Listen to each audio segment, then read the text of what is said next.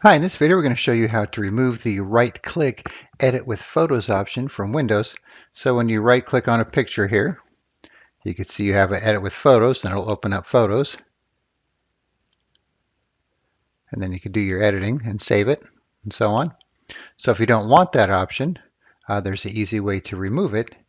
And then, by the way, we also did a video on how to remove the Edit with Clipchamp if you're never going to use that with editing videos. So you can check that out as well.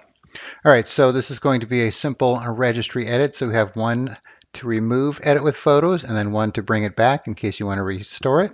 All right, so we're just going to double click the Remove Edit with Photos registry file. Say yes to the UAC prompt. Say yes to adding it to the registry, and then OK. So now when we right click on a photo, you can see the edit option is gone. You could still open it in Photos, but the edit option is gone. But if you go to show more options, it's still going to be there. So that's kind of a catch for doing this. So if you're doing it on Windows 10, this will not work because it'll still be in the secondary menu.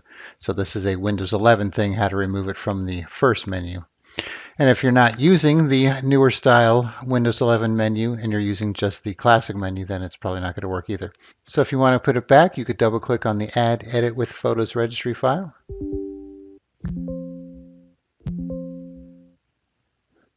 And now we go back here. It's back here in the first menu and then still here in the second menu. All right, so I'll put a link in the description where you could download these registry files, and then you could remove the Edit with Photos right-click option from your Windows 11 computer. All right, thanks for watching, and be sure to subscribe.